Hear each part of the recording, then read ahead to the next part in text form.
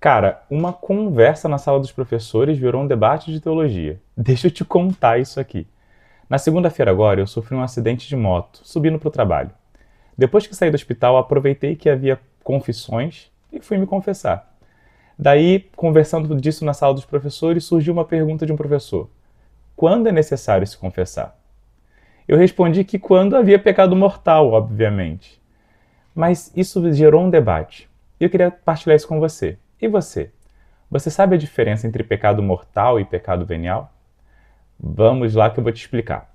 O Catecismo da Igreja Católica, no parágrafo 1849, define que o pecado é uma falta contra a razão, contra a verdade e a reta consciência. É uma falta de amor verdadeiro para com Deus e para com o próximo, por causa de um apego perverso a certos bens. O pecado fere a natureza do homem e atenta contra a solidariedade humana por ferir a nossa resposta de amor a Deus.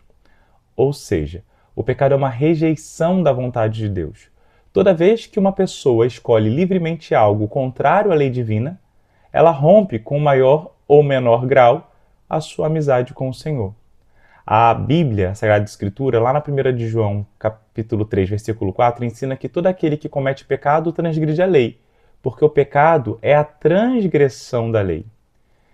E existe transgressão que é tão grave que é uma escolha nossa de recusar o amor de Deus. E nós chamamos esse tipo de pecado, pecado mortal, porque ele mata o estado de graça na nossa alma. Existe outro tipo de transgressão que é uma imperfeição de amor, que fere nossa alma, mas não a mata. E chamamos essa imperfeição de amor de pecado venial. O próprio São João escreve lá na 1 de João 5, versículos 16 e 17, que há pecado que leva à morte. Não digo que se reze por esse. Toda injustiça é pecado, mas há pecado que não leva à morte. Ele faz uma diferenciação entre pecado mortal e venial. E o Catecismo, no parágrafo 1855, diz que o pecado mortal destrói a caridade no coração do homem por uma infração grave da lei de Deus. Afasta o homem de Deus. E para que a gente possa entender que um pecado é mortal, precisa entender o seguinte. Para que um pecado seja mortal, é preciso que ele tenha três coisas conjuntamente. Primeiro, matéria grave.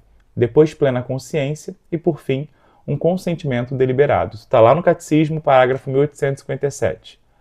O pecado mortal, ele produz algumas consequências extremamente sérias. A primeira delas é a perda da graça santificante. A alma deixa de participar da vida divina. Depois, uma ruptura da amizade com Deus. Nós nos afastamos do amor que devíamos amar. Por consequente, a incapacidade de merecer a vida eterna. Enquanto permanecemos no pecado mortal, se morremos, estamos em inimizade com Deus. E aí haverá condenação eterna se não houver arrependimento. O pecado mortal destrói a caridade. O pecado venial não. Ele não destrói a caridade, mas enfraquece.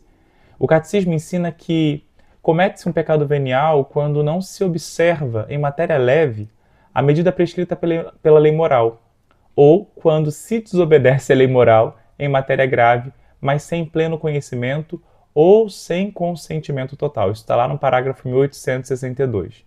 Exemplos de pecado venial: pequenas impaciências, mentiras leves que não causam grave dano, falta de caridade com palavras, distração voluntária na oração, pequenos atos de egoísmo, julgamentos precipitados, vaidade excessiva, um abuso um pouco maior no comer ou no beber.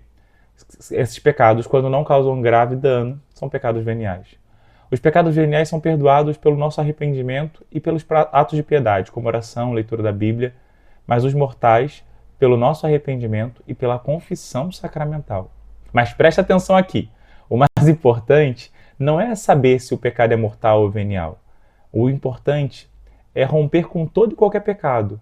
Porque a nossa vida cristã não é só uma luta contra o pecado, não é esse o nosso objetivo. Nosso objetivo é amar a Deus de todo o coração, mente e vontade, e ao próximo por amor a Deus.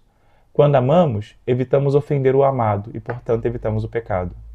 Se você quiser crescer no seu amor a Deus e aos irmãos, se você quiser crescer no seu amor à verdade e à igreja, me segue aqui nesse perfil para receber nossos conteúdos e ficar por dentro do lançamento do meu livro. Porque aqui você encontra formação que a vida não apaga.